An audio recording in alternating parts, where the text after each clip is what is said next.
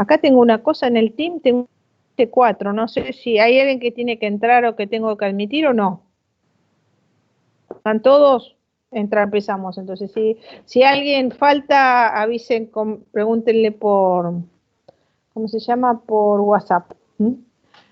Bueno, vamos a hablar de las técnicas de remediación, que en general cuando hablamos de técnicas de remediación son la aplicación de procesos tanto biológicos como químicos o físicos a un peligroso que esté en el subsuelo o un material contaminado, de modo tal de llevarlo a un estado más estable y que contamine menos. En general, a veces las técnicas que tienen para la remediación son de contención y confinamiento del contaminante, porque lo que tratamos es, si está un suelo contaminado o una agua contaminada, es tratar de minimizar la migración del contaminante, y la otra cosa es a los distintos receptores a este material contaminado.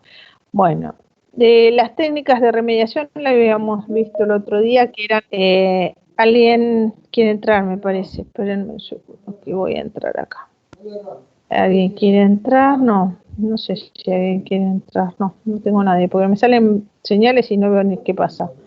Espérame. Nosotros también lo podemos aceptar, profesora. Ustedes también me pueden aceptar. Entonces acéptenlo ustedes, sáquenme el problema de encima, lo único que me falta hoy. Ya estoy bastante turula. Estamos, bueno, espérame un segundito. Luis, me cerras la puerta, por favor. Bueno, entonces, tenemos tratamientos in situ, que son tratar el residuo en el mismo lugar en donde están dispuestos. Ad situ, es decir, en el mismo lugar, pero lo saco del lugar y lo trato dentro del mismo predio, y ex situ es cuando lo saco y lo llevo a tratar o a disponer fuera del lugar. En general, las técnicas que se utilizan son tratar de dejarlo en el mismo lugar, o in situ tratarlo en el mismo lugar, o sacarlo del lugar y tratarlo ahí, volverlo a colocar, porque el tema de los ex situ, removerlo y llevarlo a disponer a otro lugar, tiene el tema del costo de tratarlo y el costo del transporte de tratarlo, el costo del transporte de llevarlo a los tratadores, que hace en muchos casos casi imposible hacerlo, porque piensen que tienen que sacarlo, tienen que transportarlo hasta otro lugar, y por otra parte tienen que volver a completar el suelo del lugar, si es un suelo, con el suelo de las mismas características. Entonces, se trata las dos primeras.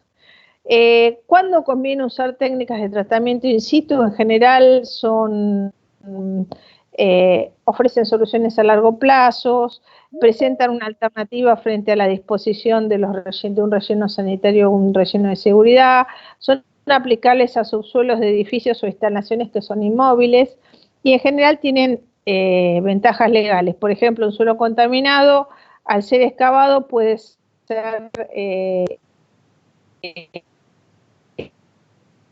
mismo lugar industrial en el mismo. Bueno, los medios que podemos tratar son, en general, nosotros vamos a hablar de sólidos y de líquidos. En sólidos hablamos de suelos, sedimentos, roca madre, de líquidos, aguas subterráneas o aguas superficiales. Y lo que es gaseoso, todo lo que son emisiones de vapores o de compuestos volátiles. Habíamos visto el otro día las técnicas. Esta matriz es una matriz de la EPA, en la cual vamos a abrir un poquito más la filmina, y pueden ir viendo. Vamos hacia arriba. Ay, la pucha, me fui a la miércoles. Nos fuimos. Pueden invierno. Esta es para la matriz para sólidos, y tienen por ejemplo, in situ, tratamiento biológico, y le vas diciendo cada uno de los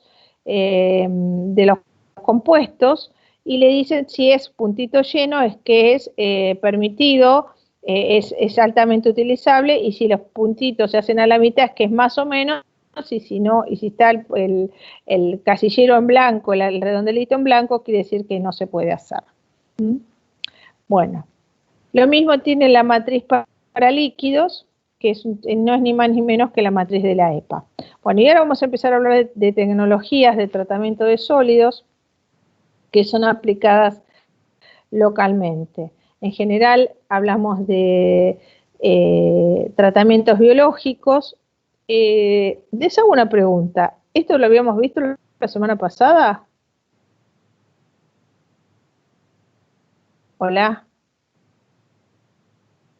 Hola, hola. Hola. Sí. Sí, te escucho muy mal. ¿Qué? Hola.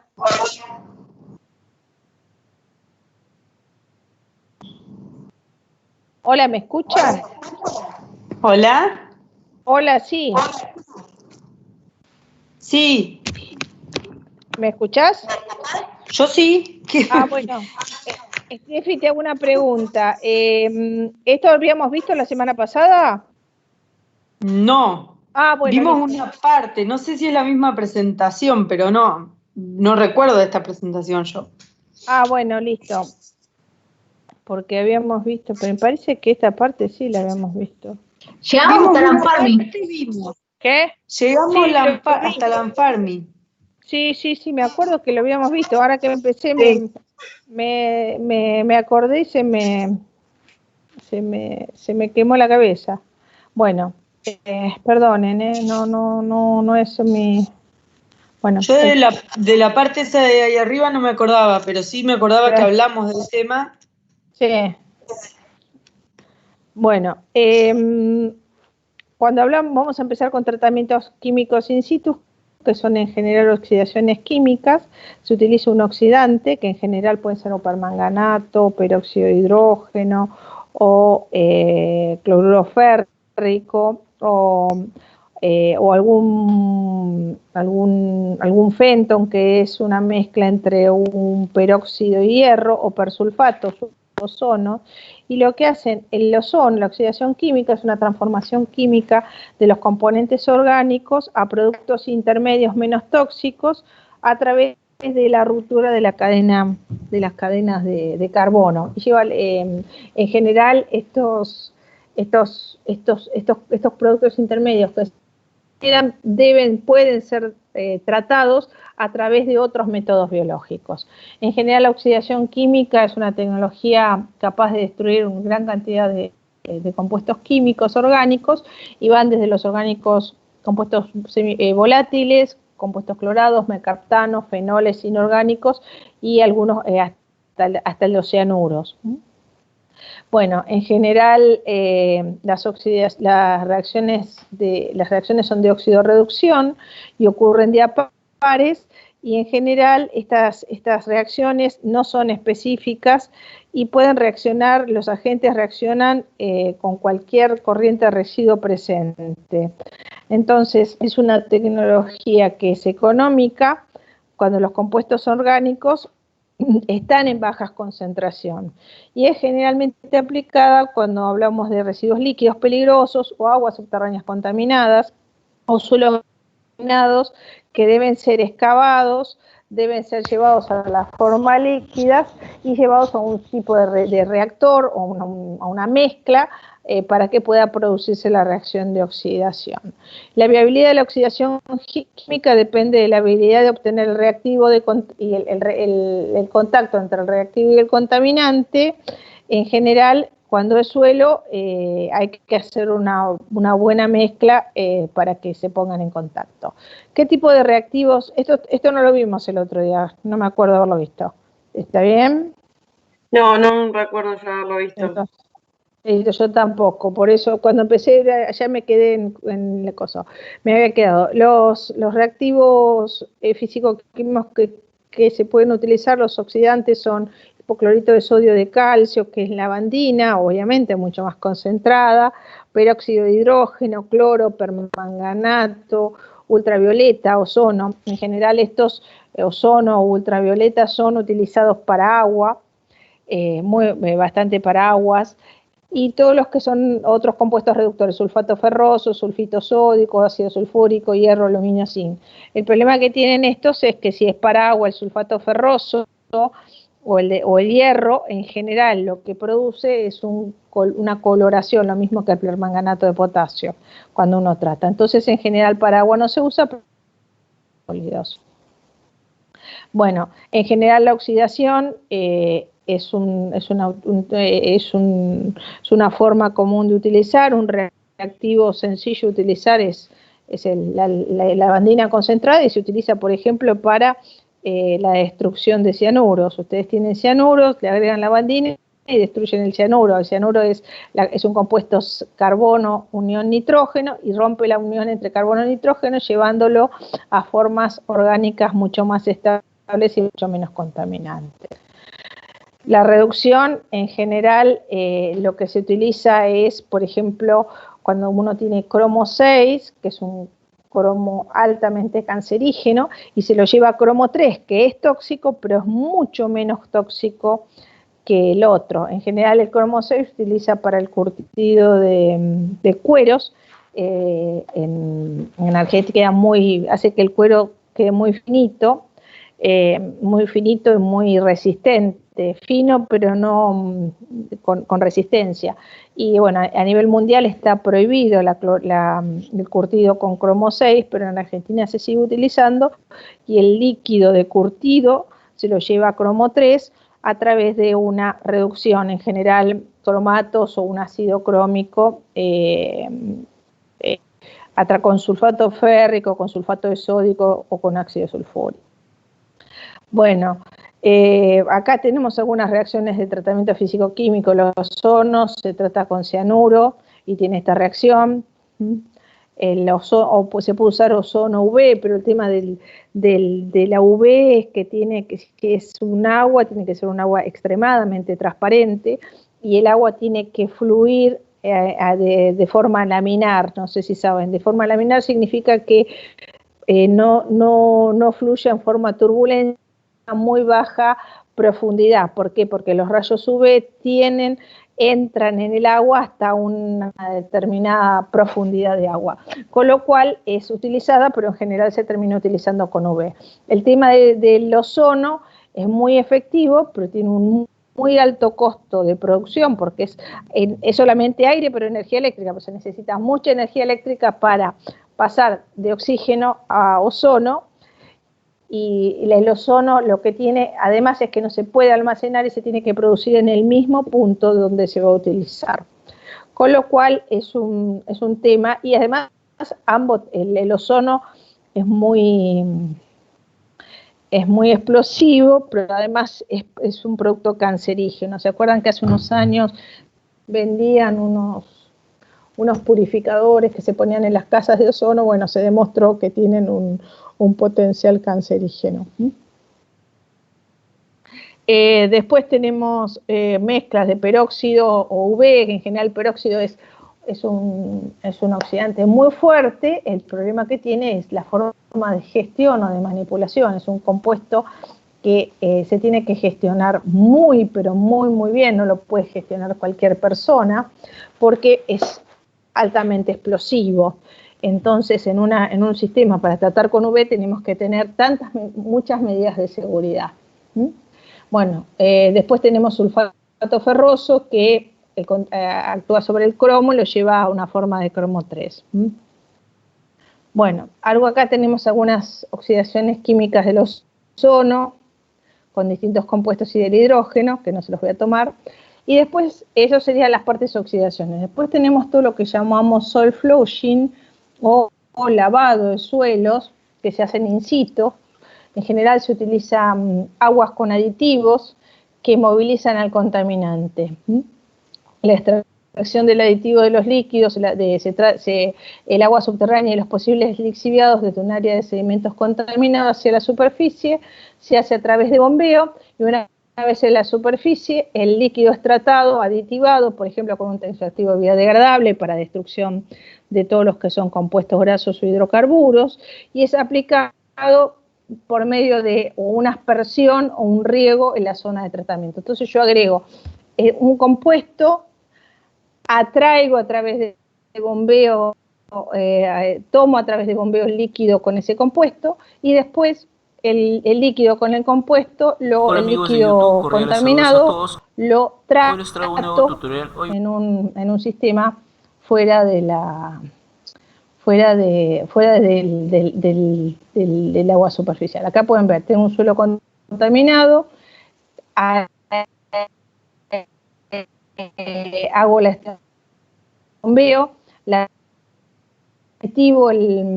aditivo el tensioactivo y la vuelvo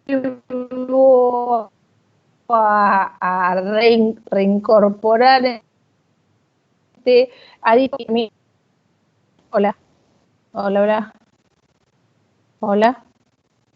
¿Sí me escuchan? Hola, hola. Ah, bueno, Sí, sí, se la perdón, escucha. perdón, porque se me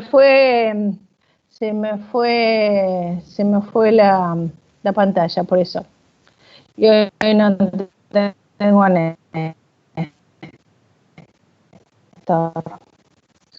No sé el resto, pero yo Bueno, dejé de escucharla, profesora. tenemos otra. Hola, hola. ¿Me ven la presentación o no? Sí, la presentación se ve. Ah, bueno, esperen que la vuelvo. Yo porque a mí me dice a Ahora veces se salió. ahora no se ve. Ah, bueno, pues la saqué yo sin querer. A ver si es esta la que. Ah, no, esperen que la. A ver si. Ah, no, está mal. Esperen que tengo una que no es. Ay, Dios, qué lío, ¿qué estoy haciendo? Por Dios. No guardar. No. Esperen, no. Esta la tengo que cerrar. ¿Cómo la cierro? No tengo ni más pálida idea. Dejo de compartir. Esta. No. Volví a ver la misma. Soy una pavota. Esta es, perdón.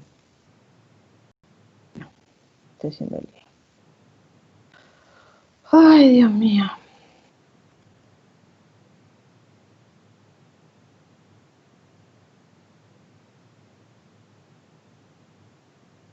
Acá estoy.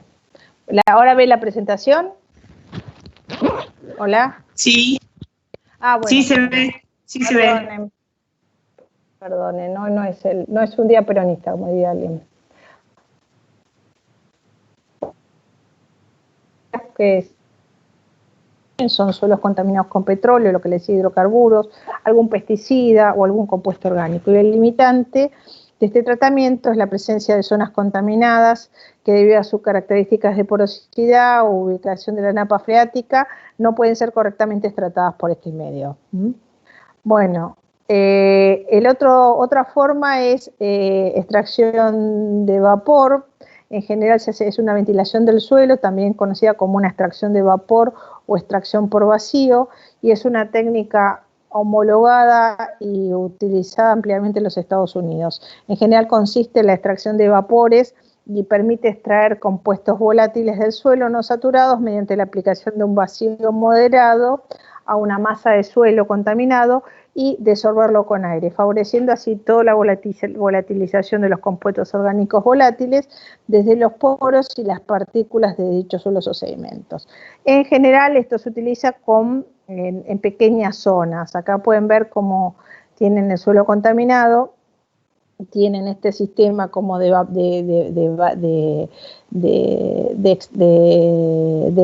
extracción y van tomando o extrayendo los compuestos contaminados, se tratan y se pueden, el gas, ese gas tratado o puede ir para incineración o puede ir para algún tratamiento de gas o si da los parámetros de acuerdo, pueden ir a una descarga a la atmósfera.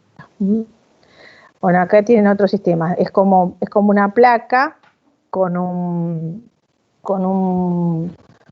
pozo donde se va agregando aire. Este aire se toma a través del vapor y ese compuesto con hidrocarburos volátiles se aspira y con una bomba de vacío y se lleva al sistema de tratamiento.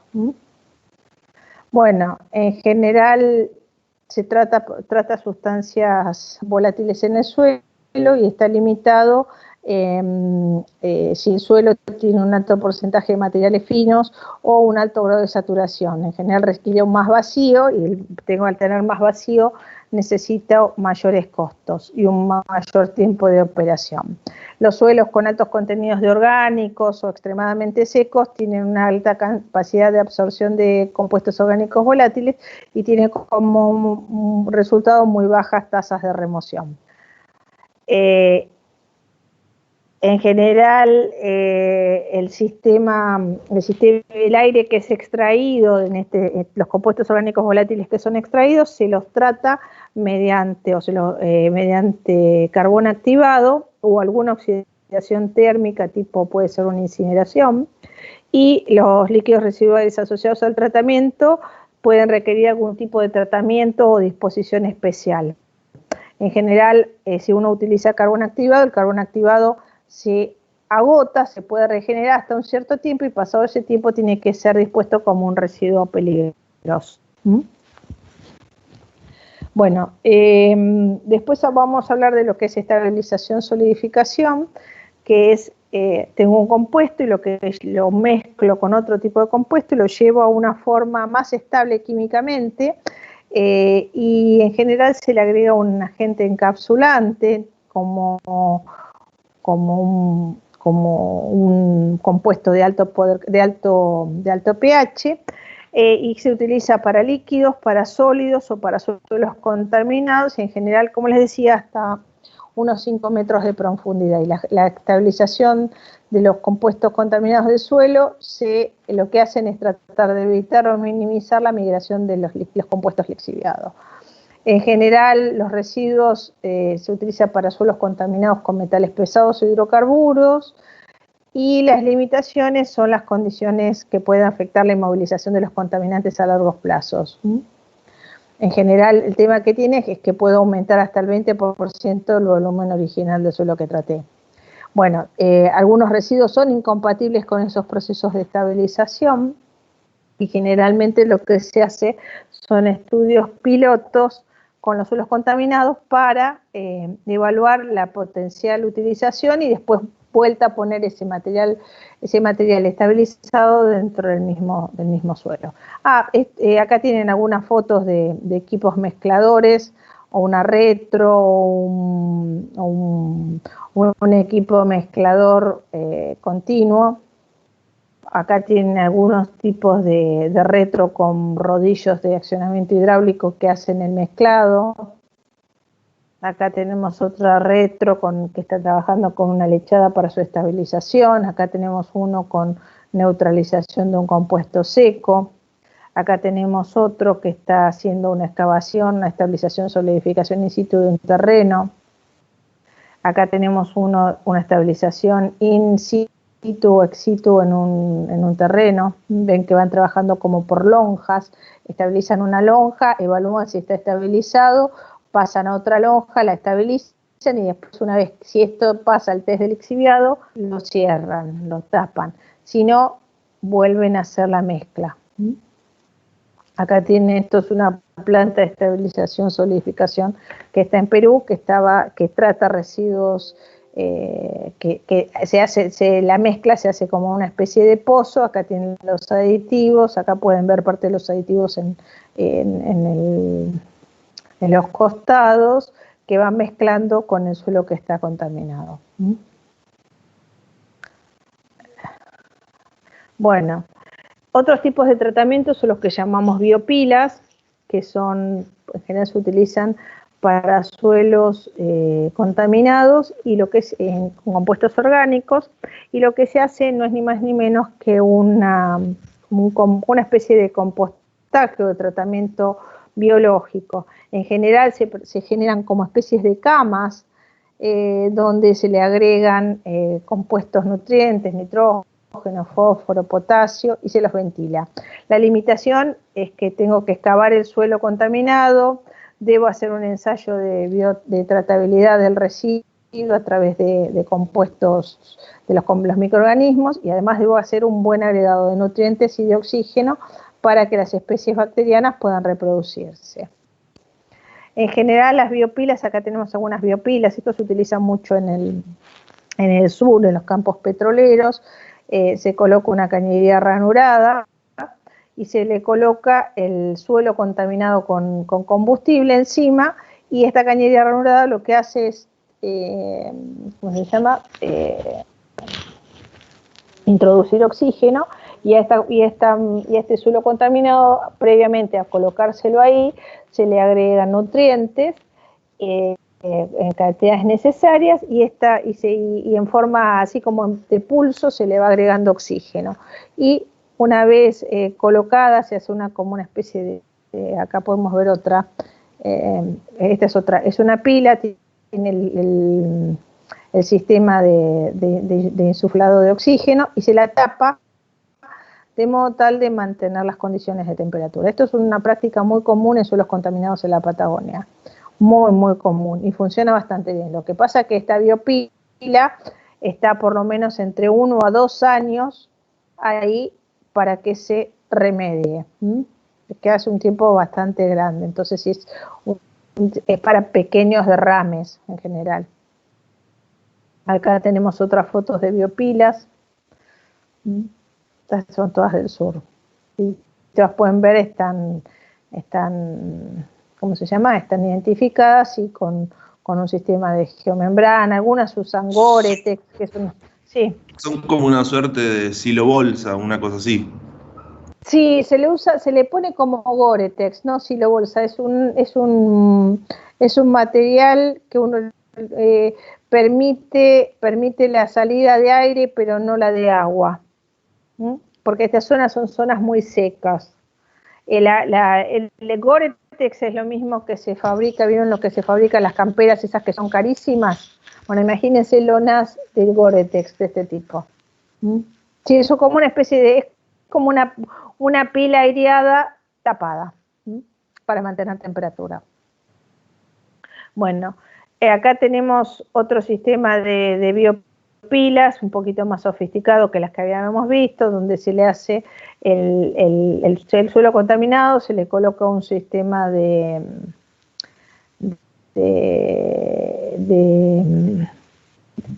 le pone una cobertura en la parte superior y se le va insuflando aire en forma de pulsos para mantener las condiciones de oxigenación necesarias. Estas pilas no se remueven, quedan tal cual.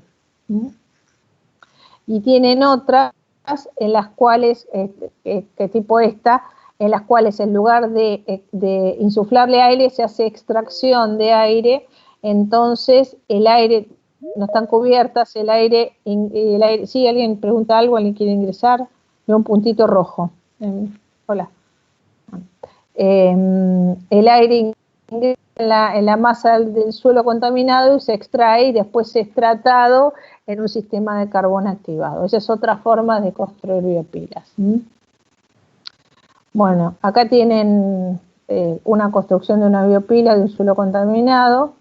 Pueden acá ver, en este caso, en esta foto que estoy marcando, el suelo se puede ver que está contaminado, se le ve que está con hidrocarburos, y acá están las biopilas en su momento de tratamiento.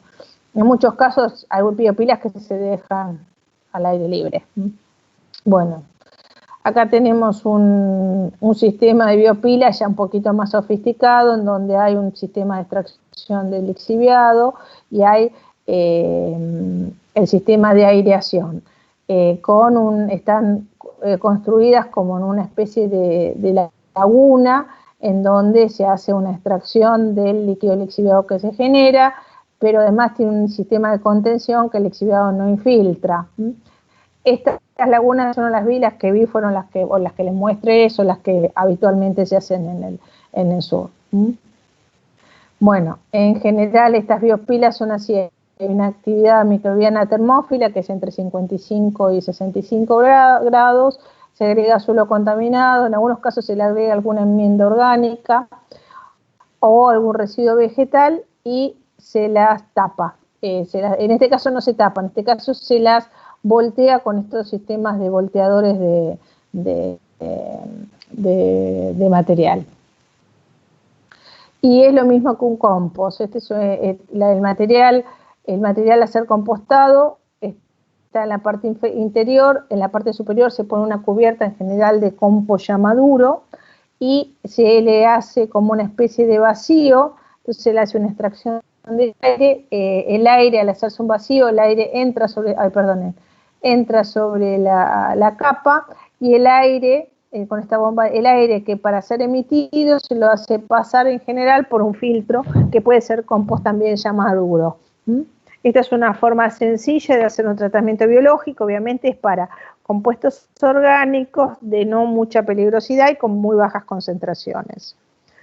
Otra forma de tratamiento es el land farming, y es llevar un suelo contaminado, cuando tiene concentraciones de compuestos, tienen que ser compuestos biodegradables, a un campo con un suelo fértil y con una concentración de bacterias elevadas.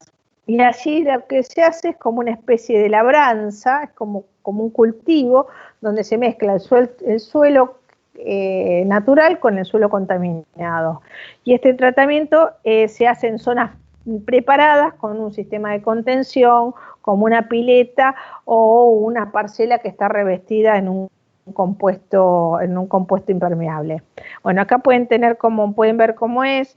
Lo que se hace es se agrega el suelo contaminado y se va arando y mezclando el suelo contaminado con el suelo natural y se va produciendo la biodegradación. Este sistema tiene un sistema de pendientes donde todos los drenajes son colectados en una laguna o en un pozo y ese líquido se vuelve a reciclar dentro de la parcela que se utiliza para land farming. Lo que sí es que este land farming tiene, por un lado, el suelo contaminado que voy agregando, el suelo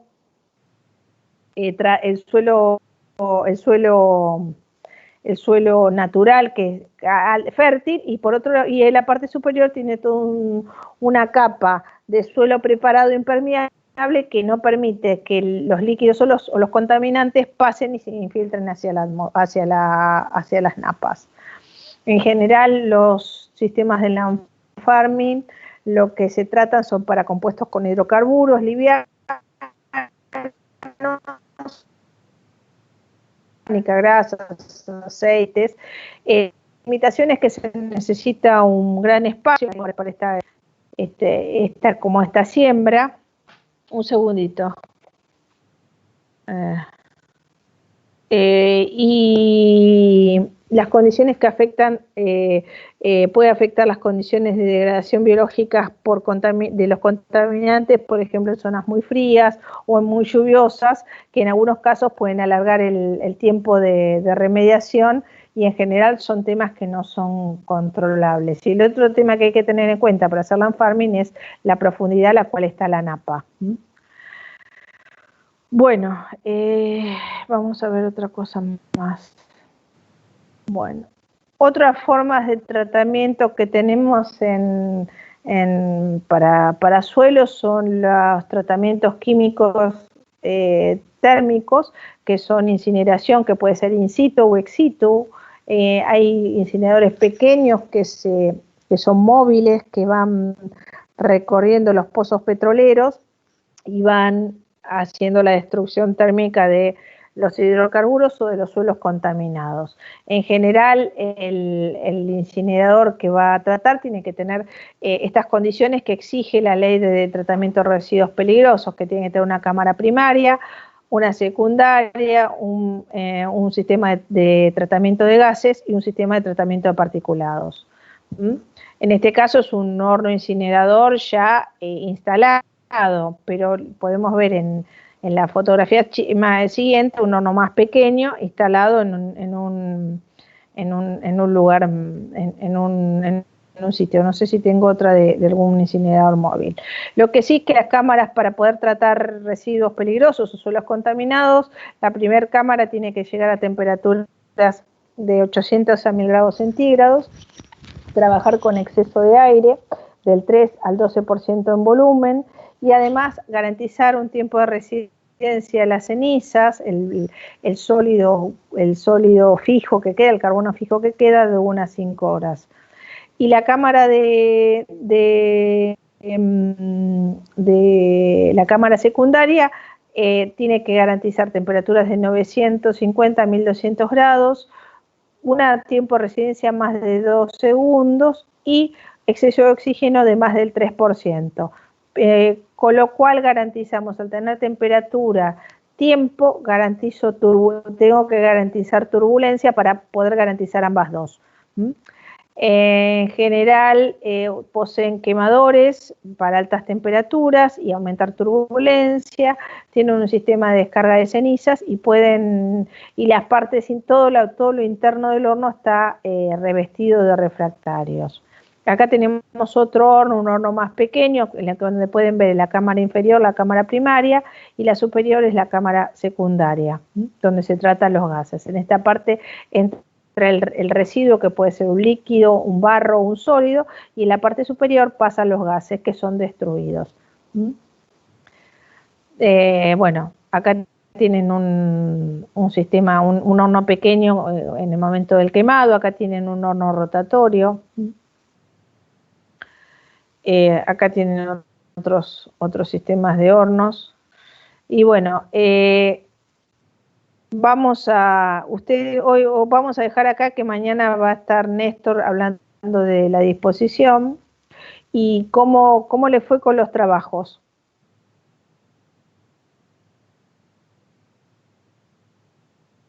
Hola. Sí, la escuchamos, profesora. Sí, bueno, ¿cómo le fueron? ¿Pudieron avanzar con el TP? Sí. Bueno, entonces vamos a hacer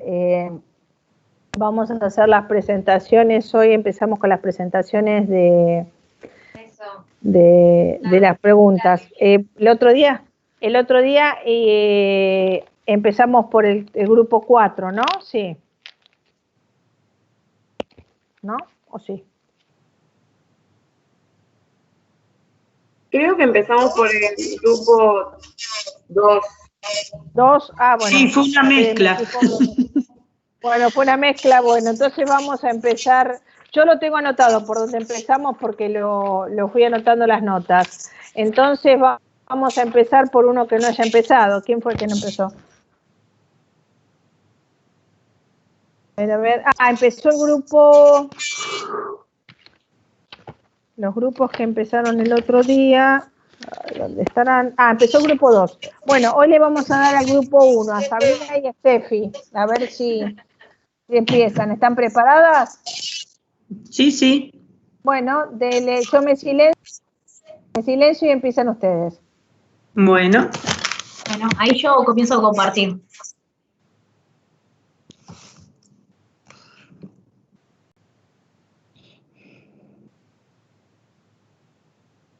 Bueno, empiezo yo, Sabri, con el impacto. Dale. Habíamos quedado en analizar el impacto a nivel nacional e internacional en el medio ambiente que habíamos tenido. Dentro de lo nacional, ya habíamos hablado de que el mayor impacto de este incidente se dio por las emanaciones al aire de lo que estuvo ardiendo durante esos 5 días en el depósito de Bunsenfield. No sé si recuerdan que era lo que nosotros teníamos un caso de un parque de tanques de almacenamiento de combustibles y un tanque de crudo había tenido un sobrellenado y por eso se había generado una nube de vapor que entró en ignición la noche del 11 de diciembre del 2005. En cuanto al impacto en el medio ambiente y la salud de las personas, si bien ya habíamos nombrado que se procedió a evacuar a la gente que estaba en las proximidades, después al resto de la población y de la zona cercana por un tema de la columna de humo que era tan grande que no había como una zona fácil a la cual llevar a la gente. Se les pedía que volvieran a los hogares, que tuvieran la radio prendida y que trataran de quedarse adentro y no salir para no exponerse al ambiente, al aire contaminado, digamos, o con los restos de las llamas. Después, otro impacto fue que por el humo y el aire contaminado se llevó a cerrar a 250 escuelas por 2 días del área del incidente.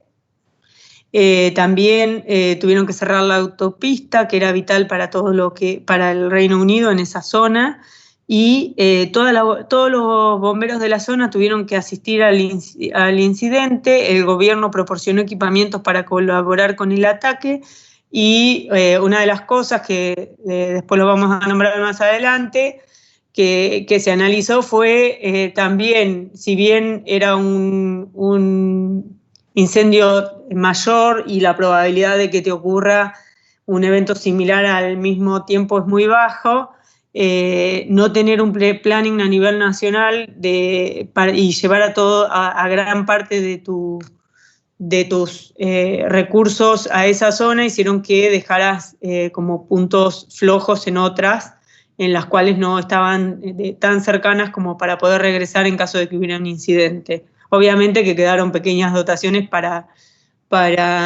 casos menores, pero no si se presentaba un caso mediano, digamos, de ataque contra el fuego.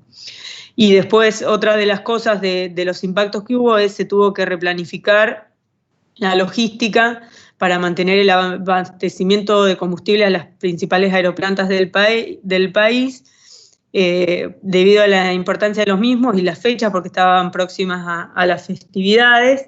Y otra de las cosas es ver las rutas de vuelo por las columnas de humo y cómo se iban a movilizar los aviones, tratando de no impactar en el resto del país y su logística, digamos. Y en cuanto a lo internacional, el humo alcanzó Europa continental, incluyendo Francia, Bélgica y Luxemburgo, en menos de un día. Después, se hizo una simulación, y una de las opciones que yo creo que ya las había comentado era dejar que el combustible siguiera ardiendo.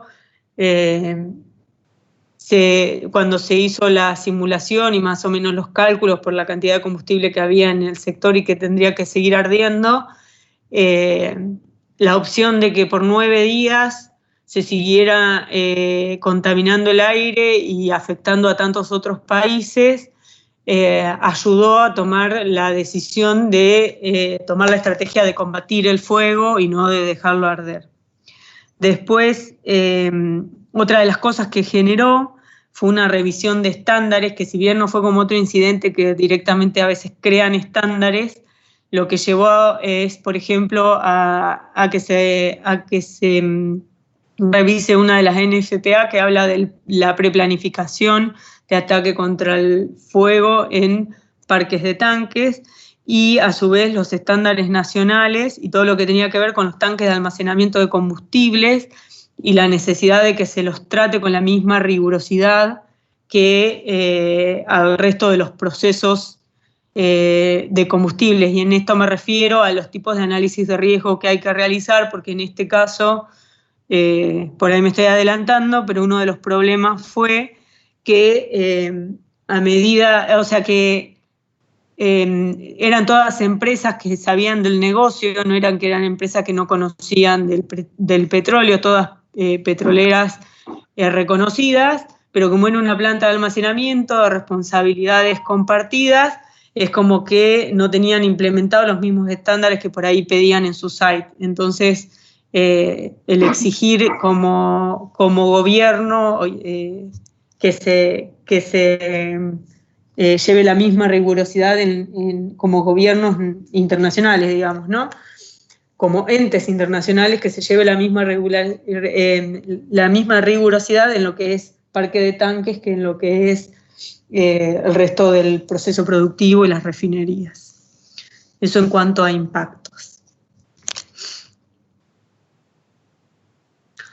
Después, las responsabilidades.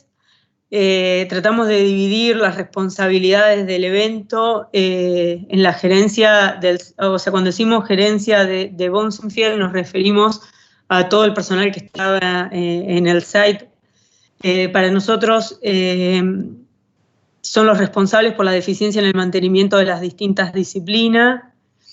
En este sentido, después, si bien las empresas, las casas matrices también tienen su responsabilidad, creo que como dueños de casa inmediatos no tenemos relevamiento de que hayan pedido que se mejoren las condiciones de mantenimiento o que lo hayan levantado como un issue de que les estaba ocurriendo que el mantenimiento no era bueno en el sector. Era como que nadie se quejaba y se convivía con eso. Después otro de los temas fue el dejar operar la planta con un cuarto del personal. Si bien no creo que la decisión haya sido de la gerencia, hubo gente abajo que tomó esa decisión y parece ser que no fuera la primera vez, como que era normal que si había ausencias se recargara el personal con todas las tareas sin mermar ni siquiera el ritmo de trabajo o la cantidad de combustible que se recibía, lo cual es también difícil de acomodar una logística tan compleja, porque también depende de dónde viene directamente. Después el deficiente entrenamiento del plantel en la operación y en el reconocimiento de riesgo. Hubo varias fallas en cuanto a reconocimiento de problemas que podrían haber ayudado a evitar el incidente, si bien en realidad tendrían que haber actuado los sistemas de control y las distintas instrumentaciones que tenían, también el que las personas no hayan detectado por 3 horas que el nivel estaba quieto y encima poder identificar que en realidad se había duplicado el caudal de ingreso, fue un problema significativo. Y por el otro, el desconocimiento de riesgo en general en cuanto a la operación que estaban haciendo.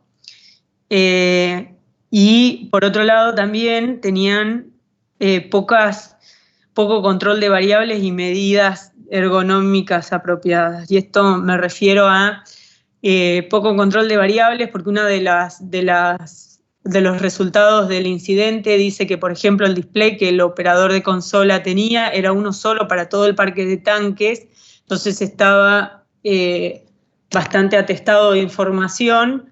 Y justo este tanque, por ejemplo, estaba en una esquina donde era muy difícil visualizar o prestarle atención. Hoy y en esa época también, porque no hace tantos años que sucedió, existen estándares de ergonomía para las pantallas de consola que una persona tiene que estar atendiendo según la cantidad de personas que sean y la cantidad de variables que se necesiten ver. Esto no tenía nada aplicado de eso. Y por otro lado, también tenían el monitoreo de las cámaras de vigilancia, lo cual tampoco, o sea, en un televisor cercano, lo cual tampoco ayudaba con la distribución, digamos. Por otro lado, además de que el personal era un cuarto de lo que tendría que ser, porque tendría que haber 9 personas y hubo 2 personas, otro de los problemas fue que venían trabajando en 12 horas ya de hacía bastante tiempo, y eso lleva también a un agotamiento de la persona que tiene que estar prestando atención a los distintos, a las distintas variables para tener en consideración. O sea, hoy existen, y en esa época también existían, estándares que te dicen, o sea, cuántas horas tiene que descansar la persona. No digo que no hayan cumplido con eso, pero si encima vas a diezmar la cantidad de personas, deberías haber tenido en cuenta las horas de descanso que tenían y la cantidad de operaciones que ibas a seguir manejando. Después, las 5 empresas que eran las que eran como copropietarias de este almacenamiento, entendemos que son las responsables por no aplicar los estándares de diseño, constructibilidad y seguridad que poseían para otras instalaciones.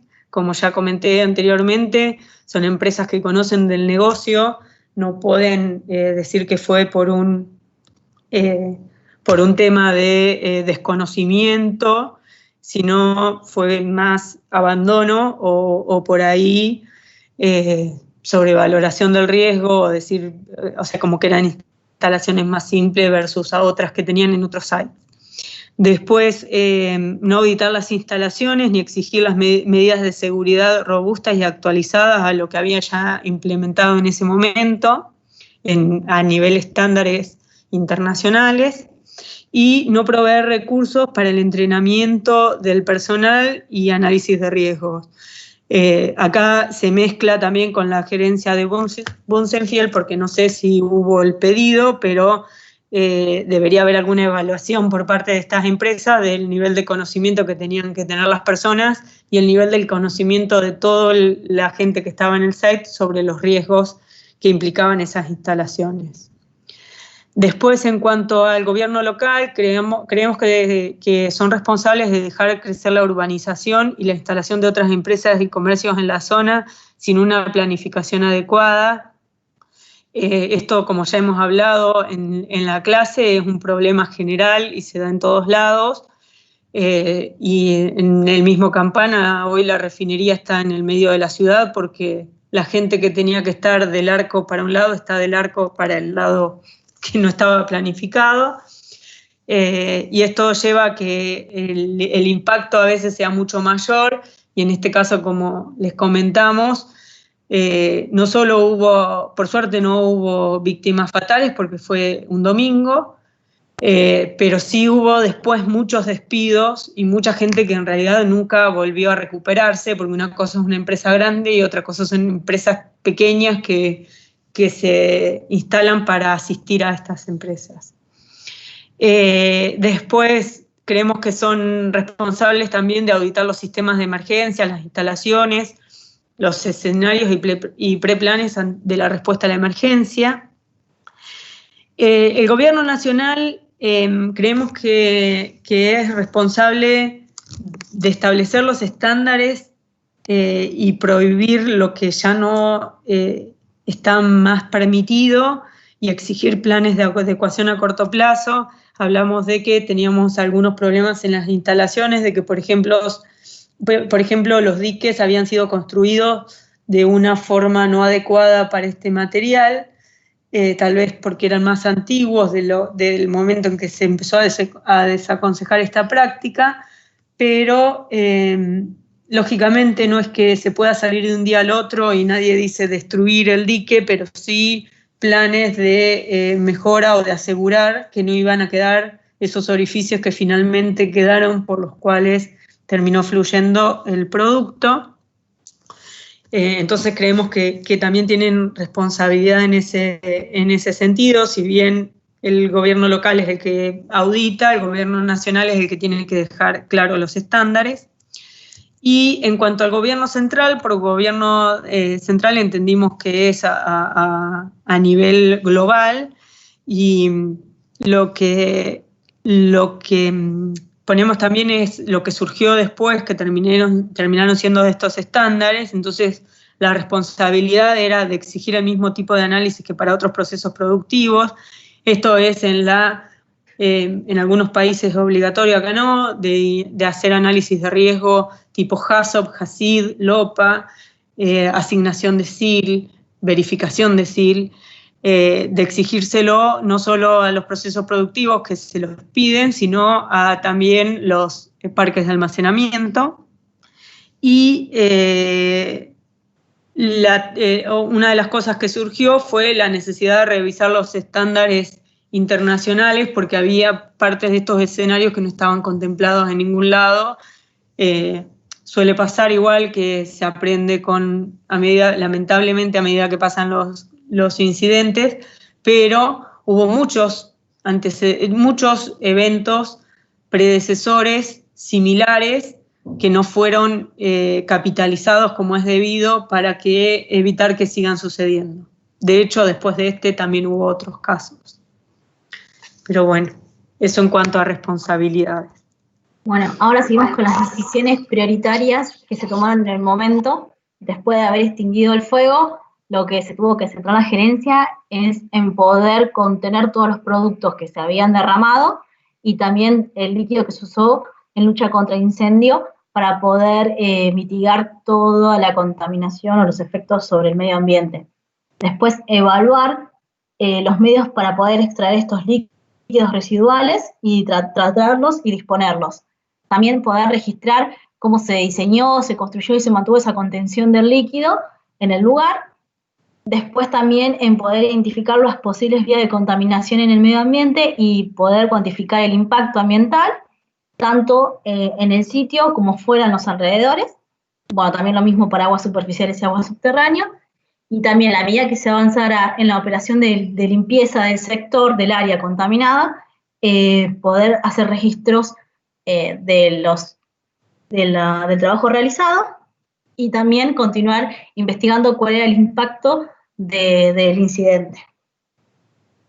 Y una vez que se había identificado las áreas de potencial afectación, se iba a evaluar el valor ambiental del área y para eso se tenía que ver cuáles eran los medios que se tenían que evaluar, en este caso era el agua superficial, subterránea y suelo, y cuáles eran los compuestos contaminantes que estaban involucrados. En este caso eran los líquidos que estaban dentro de los tanques, que era queroseno, combustibles de avión, gasoil, crudo, nafta, otros derivados del petróleo, y también la espuma en sí misma que se utilizó, y el zinc. Y poder identificar cada una de las propiedades físicas y químicas y poder determinarlas.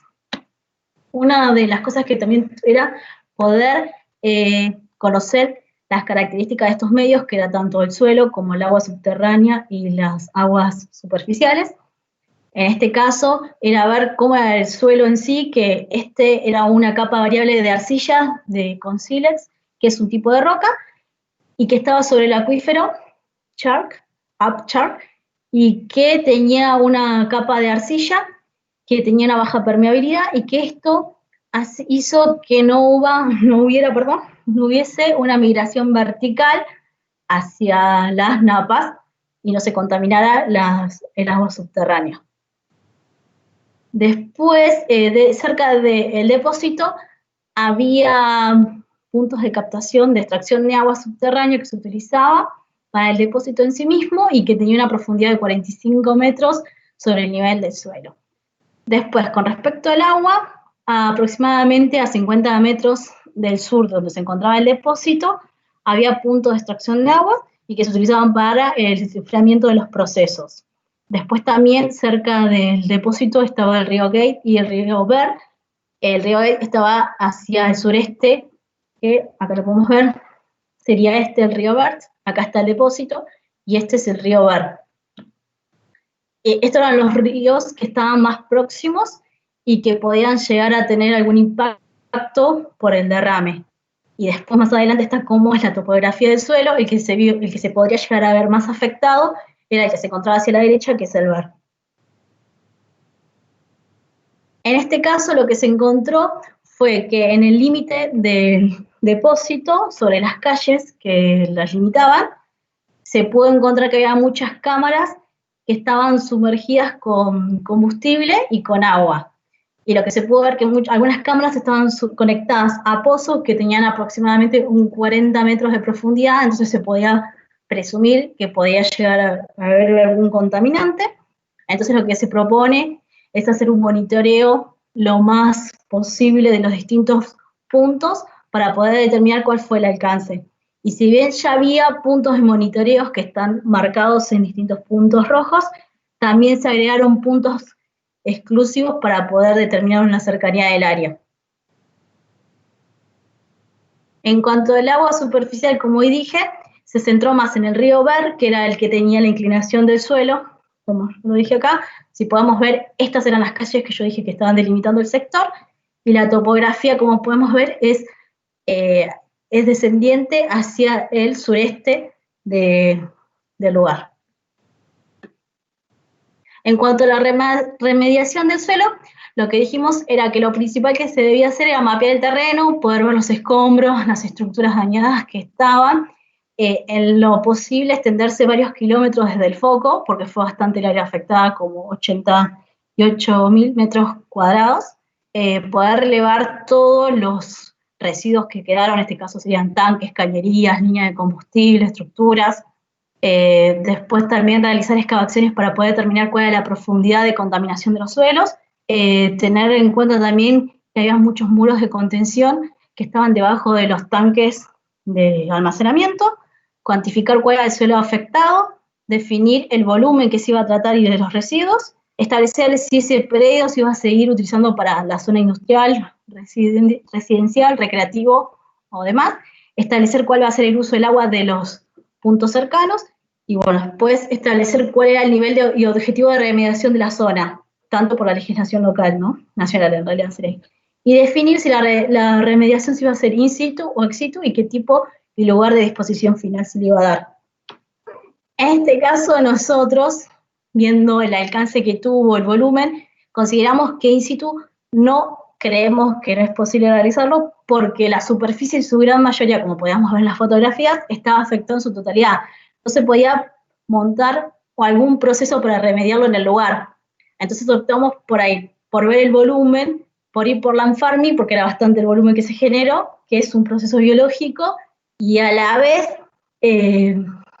dentro, por ahí viendo con biopila o los demás, puede ser utilizado para hidrocarburos. Y como hoy explicó la profesora cómo es el proceso, bueno, hay un resumen de cómo es, y ahí terminamos en cuanto a esa parte. Ahora sigue la parte del análisis del comportamiento. Bueno, acá tratamos de analizar el comportamiento de cada uno de los actores que identificamos, el accionar que tuvieron, las causas, las consecuencias y el riesgo que eso, cómo incidió eso en riesgo, digamos. Tratamos de cuantificarlo. Primero tenemos mantenimiento eléctrico del site. Lo que la acción es la poca efectividad que tuvieron. Repararon 14 veces el indicador de nivel en 5 meses. La causa puede ser falta de conocimiento y análisis, porque por ahí no es falta de conocimiento, o sea, trabajando en la industria uno sabe que a veces la gente se acostumbra a que la llamen para solucionar algo, pero por ahí no se para en un momento y dice por qué nos está fallando 14 veces. También puede ser por un tema de desmotivación y de reducción de costos en el sentido de poder llegar a cambiar la tecnología por algo más robusto. Las consecuencias: el indicador falló el día del evento, las alarmas quedaron fuera de funcionamiento, el nivel se incrementó más allá de lo debido, y esto lo que nos trajo es un riesgo claramente alto. No le puse muy alto porque había un segundo sistema que debería haber actuado, que se suponía que auxiliaba a este en caso de fallar. Después, el mantenimiento del sistema de control, como les había comentado, había una empresa a cargo de esto, que de hecho después en el juicio fue una de las encontradas culpable, que era la encargada de mantener el sistema de control y había estado a cargo del proyecto por el alto nivel, por la instalación del sistema de alto nivel y corte de la válvula de ingreso a los tanques, después de varios falsos trips deciden sacarlo fuera de funcionamiento. La causa era falta de conocimiento de lo instalado, porque después se corroboró que lo que les había faltado era un suplemento para hacer la correcta conexión de ese instrumento, porque si no era como un filtro para evitar que tuviera esos falsos trips.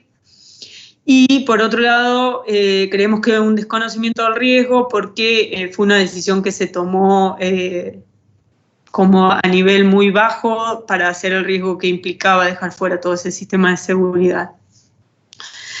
La consecuencia es que el sistema nunca actuó, claramente porque estaba fuera de funcionamiento, se sobrepasó el nivel y se rebasó el tanque. Esta consecuencia es de riesgo muy alto porque era la capa que iba a evitar que todo esto sucediera y para la cual se había diseñado esa capa, que en un análisis de riesgo buscamos que las capas, por ejemplo, en un ejercicio low-pass sean independientes y estén diseñadas para evitar el evento que se está analizando. Bueno, era el caso de esta capa. Después, el proyecto de ampliación, el equipo del proyecto de ampliación, tanto las bombas de emergencias. ¿Por qué? Porque las bombas de emergencia quedaron contiguas a los tanques.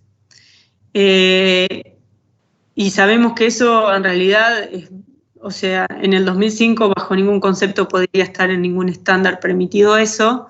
Lo que sucedió es que el parque creció y quedaron cercanas a los tanques. Ahí las causas es crecimiento sobre lo proyectado, poca inversión en facilidades y servicios para la adecuación, como ya lo habíamos nombrado, y en general, y esto no es para asombrarnos tanto, por lo menos los que hemos trabajado en distintas industrias, muchas veces se piensa en lo que económicamente da rédito, como ser los tanques, y no se planifica todo lo que es, por ejemplo, el sistema de lucha contra incendios. ¿Cuál fue la consecuencia? La bomba de emergencia que arrancaba en automático cuando se disparaba la alarma fue la chispa que ocasionó la explosión y dejado fuera el sistema de lucha contra incendios. El riesgo es alto por dos motivos. O sea, no fue muy alto porque creemos que ya con la nube que había la concentración era cuestión de encontrar algún punto caliente y esto iba a suceder. Pero sí, dejar fuera el sistema de lucha contra incendio es como seguir tirándole paladas de combustible al fuego. El jefe de terminal es responsable por dejar que el turno opere con 2 personas que trabajaban 12 horas, como ya habíamos comentado. Las causas, y esto sí fue casi testimonial, era por falta de personal para cubrir, y la gente venía trabajando 12 horas y acumulando francos, y ahí se empieza o sea, cuando por ahí la plantilla no es la adecuada o tuviste que exigir al personal por distintos motivos, como fue el crecimiento de la terminal y los arranques de las nuevas ramas, se te van acumulando francos y si no tenés un buen sistema de rotación de gente o un buen backup, te pasa eso de quedarte con menos personal del adecuado. ¿Cuál fue la consecuencia? Menos ojos alertas, muchas variables para atender, inclusive el sistema de cámara, todo con 2 personas. El riesgo lo consideramos medio porque si hubiera actuado lo de arriba, los 2 sistemas de corte, las personas, primero, que si hubiera actuado el sistema de corte, la persona no tenía que actuar, y si hubiera actuado el indicador con sus alarmas, le hubieran dado una opción al consolista. El personal de seguridad de la empresa, por poco análisis y difusión de o sea, la inacción en realidad es el poco análisis que había y difusión de los riesgos. Eso se comprobó también, que la gente no estaba con un nivel adecuado de conocimiento, no lo voy a llamar proceso porque no es que ocurra un proceso, pero de las instalaciones, ni para entrenados, como ellos recibían por un caño, como pasa en general en todos los oleoductos y todas las terminales así. En este caso, como que el control no lo tenían ellos tampoco, y tampoco estaban entrenados en sacar estas cuentas de que si cerraba un tanque, se te duplicaba el caudal al otro, porque en realidad seguía viniendo lo mismo. Y tampoco ellos se reconocieron en desconocimiento del riesgo y de los materiales que trabajaban, no en que no conocían nada, sino en no tener el nivel adecuado de conocimiento. Las causas: falta de implementación de técnicas como el estudio de capas independientes de protección, falta de recursos, desvalorización del riesgo. El personal, la consecuencia es que el personal no estaba al tanto para exigir medidas de seguridad y no estaba entrenado para prever riesgos. Creemos que fue una consecuencia alta, y esto fue un poco por el tiempo en que estuvo sin funcionar el sistema de nivel y esta poca oportunidad de reconocer que estaban duplicando el caudal de ingreso al tanque. En la próxima tenemos la gente de integridad mecánica. ¿Por qué? Porque los diques tenían grietas y el sistema terciario estaba con filtraciones. Las causas: falta de inspección, reparación y recursos, y el sistema de rejillas era considerado para lluvias más que nada, sin darle la importancia que igual esas lluvias en general lavan el combustible que puede estar tirado por la operación diaria. ¿Cuál fue la consecuencia? El combustible fluyó por las grietas, de la contención secundaria y también por la terciaria. Le pusimos riesgo medio porque igualmente, o sea, esto desbordó por todos lados, no es que que solo fue una filtración por esos lugares lo que llevó a este incidente. O sea, la parte del sistema terciario que filtró, igualmente comparada con todo lo que fue este desastre, fue mucho menor. Después, ingeniería en construcción, por el tema del material sellante de las cañerías y el método de construcción de dique no adecuado, esto es lo que hablé, del método de construcción, y el material sellante no soportó, es el material sellante de las cañerías que traspasaban los diques, no cumplió su función. Las causas pueden ser el desconocimiento de las propiedades o riesgos del material sellante y en cuanto al dique, que el método de construcción era más simple. ¿Cuál fue la consecuencia? El combustible fluyó por los agujeros pasantes de los diques, por los sellantes y orificios propios de la construcción que no estaban sellados. El riesgo lo consideramos medio por los mismos motivos que el anterior. Después, ingeniería en construcción nuevamente en una falta de sistema de detección temprana de mezcla explosiva, una inacción. La causa, confiabilidad en el circuito de cámaras y el personal del sector. Se formó una nube muy extensa porque justo las condiciones climáticas ayudaron a eso, que podría haber sido detectada con mucha menor magnitud. Consideramos que este riesgo fue alto porque si hubieran estado según estándar distribuidos por la terminal, algunos sistemas de detección claramente no son para evitar, pero sí la consecuencia hubiera sido menor. Después, personal externo, en este caso fue una buena acción, avisaron antes la detección de la nube de hidrocarburos, ellos estaban esperando para ser cargados y pudieron verlo, y lo que evitó el escalamiento de la nube más de lo que estaba, porque no había sido detectada, aunque había estado entre 20 y 40 minutos fluyendo por la gente que claramente estaba mirando muchas cosas a la vez. Y las empresas dueñas de las instalaciones, también inacción, no se capacitó, no se analizó la instalación, ni se aplicaron estándares que poseían en otros puntos del negocio, como ya había hablado. Las causas pueden ser falta de inversión por falta de complejidad, a veces las instalaciones, como parecen simples, se sobrevaloran, la responsabilidad era compartida, entonces también esto hasta cuándo llega un estándar o cómo se establecen los estándares. Las consecuencias, las instalaciones y el personal no tenían la herramienta para prevenir el incidente, así que claramente sucedió. El riesgo muy alto. Y por último, Sabri. Y por último, los supervisores de turnos pobres. No detectaron que el nivel no varió por 3 horas y siguieron llenándolo. No pudieron hacer el chequeo spot que tenían que hacer en tanque para ver los niveles. No detectaron el aumento del caudal hacia el tanque porque no estaban entrenados para hacerlo y les faltaba variables de control. Falta de monitoreo del circuito cerrado de cámaras porque lógicamente eran menos, y activación del sistema de emergencia. Las causas es un poco lo que ya hablamos en las distintas partes que ya expusimos. Y sí, una de las cosas fue la activación del sistema de emergencia. En realidad eso es una acción que tiene que tomar claramente la persona, pero al tomarla, suponiendo que era lo suficientemente robusto, fue lo que encendió el fuego. Y bueno, la consecuencia fue que el combustible continuó ingresando, se duplicó, no se detectó, se rebalsó, y a la activación del sistema de emergencia cerró el triángulo de fuego y ocurrió la explosión. El riesgo claramente fue muy alto de estas acciones y inacciones.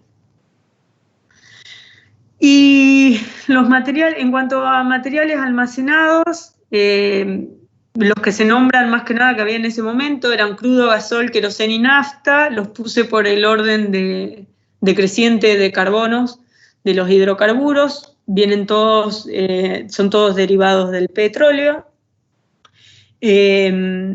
Para el caso, o sea, los peligros en cuanto a incendios, todos son altamente inflamables, salvo el gasoil, que no es inflamable, pero es combustible. Se pueden incendiar fácilmente por calor, chispas o llama. Los vapores pueden formar mezclas explosivas con el aire, claramente lo vimos, o pueden viajar a una fuente de incendio, que fue lo que sucedió, y regresar en llama. Los contenedores pueden explotar cuando se los calientan, esto es por aporte de energía. Después, en cuanto a salud, la inhalación o el contacto con, esto sí es con cualquiera de los 4 combustibles, puede irritar o quemar la piel y los ojos. El fuego puede producir a su vez gases irritantes, corrosivos o tóxicos. Los vapores pueden causar mareos y sofocación. La presencia de compuestos como hidrocarburos aromáticos los vuelven cancerígenos. Y en cuanto al medio ambiente, en general se consideran que son estables, pero como sabemos tienen que evitarse el contacto con las llamas abiertas y altas temperaturas. Todos son líquidos más ligeros que el agua. Esto lo que hace es que floten y que traigan las consecuencias a nivel acuático que conocemos, que es de las peores consecuencias que traen, sin minimizar las otras. Y una de las cosas que es importante recalcar es que, como todos saben, la composición del crudo puede variar dependiendo del origen. Hay sustancias peligrosas como las que hablamos recién de los hidrocarburos aromáticos que están en general en todos los tipos de slate, pero dependiendo del origen y del método de extracción puede haber desde metales hasta hidrocarbonados de azufre, sales, agua, mercurio, o sea, todo eso depende porque como sabemos lo sacan de la naturaleza y depende de lo que haya en la tierra o lo que haya filtrado. Entonces también todos esos compuestos es un poco conocer del origen del crudo y ver lo que puede llegar a ver para medirlo y detectarlo también, porque no son variables fijas ni distintivas de un proceso. Y básicamente eso. Perfecto. Bueno, ahora vamos a hablar un poco. Sí. Nos quedamos.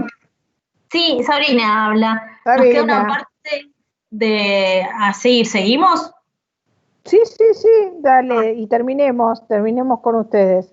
Bueno, acá tenemos acerca qué era lo que íbamos a tener en cuenta en cuanto al equipamiento de la parte operativa. En este caso, lo que nosotros proponemos es instalar un sistema de prevención automático de sobrellenado, tanto que esté separado físicamente como eléctricamente del sistema de medición de tanques, que es lo que no tenía. También, como ya dijo Estefanía, evaluar la ubicación de las instalaciones que están relacionadas con la respuesta ante emergencia, que no estén cercanas a la parte de operación. También revisar los sistemas de gestión en cuanto al mantenimiento de equipos y a los controles que se realizan para poder realizar pruebas periódicas y evitar que ocurran fallas. Y también incluir todos los tipos de registros cuando hayan equipos nuevos o que tengan algún defecto y se reparen. También instalar medidas para detectar cualquier condición peligrosa que haya en la contención primaria y también en la contención secundaria si se detectan vapores inflamables. También agregar monitoreos electrónicos de tanques, tuberías, también en las tuberías detección de vapores inflamables y poder diseñar los tanques de distinta forma, que uno de los temas que tenían es que en la parte superior el diseño que tenían estos tanques hacía que cuando se desborde el combustible caía de una forma que provocaba la generación de vapores inflamables. Entonces, hacer el diseño diferente. Y también proporcionar información adecuada a los responsables para que puedan detectar, diagnosticar y responder ante un posible incidente. Y también definir los recursos humanos necesarios para la carga de trabajo que tenía la planta. Y cuanto a la emergencia, evaluar el uso de otro tipo de sustancia, porque la que se utilizó en ese momento hoy no es considerada una de las mejores desde el punto de vista ecológico, porque es persistente, bioacumulable y tóxica. Mejorar también la gestión del agua contra incendio y la capacidad que tienen en el lugar, y también brindar mayor seguridad de contención terciaria para evitar el escape de líquidos del sitio, y revisar todos los planes de emergencia que tenía también en el sitio y que las personas que estén dentro de la operación estén preparados y también que las autoridades competentes puedan verificar que esto se cumpla. Y bueno, también, como ya dije recién, revisar que el personal esté capacitado para poder responder ante una emergencia. Y después, el último, era detectar qué residuos se podían encontrar en el sitio. Un poco ya lo mencionábamos antes, era el resto de los tanques, cañerías, bombas, válvulas, restos de los edificios, vehículos que estaban en cercanías, y también escombros de las barreras de contención, el suelo contaminado en sí, las mangueras que se utilizaron, los carros de espumas, mantas de sofocación. Eso es lo que consideramos principal como residuos que se encontraban en el sitio, y que todos eran considerados como residuos especiales por considerarse que estaban contaminados con combustible, y que una de las principales medidas que había que hacer era segregarlo por el tipo, tratar de acondicionarlo en un área para que no se siga contaminando aún más el área, poder seleccionar esa área como lo más accesible dentro de todo ese perímetro superficie que está bastante deteriorada, y poder minimizar que haya otra nueva explosión. Bueno, ahí se genera también un sistema de contención, y después gestionar cómo se hace el traslado, porque el volumen de residuos peligrosos que había en el área era bastante elevado, poder identificarlo de la mejor forma correcta y enviarlo a su tratamiento y disposición final. Y después terminamos. Bueno, muy buena la presentación de Steffi y de Steffi y de Sabrina, ¿no? Sí, porque a veces yo estoy bien con los nombres, sí. Sí, Sabrina. Muy buena la investigación. Me parece que le han metido horas y onda. Mañana, ya son las 9, mañana seguimos un ratito más. Y vemos cómo empezamos un ratito de clases y después hacemos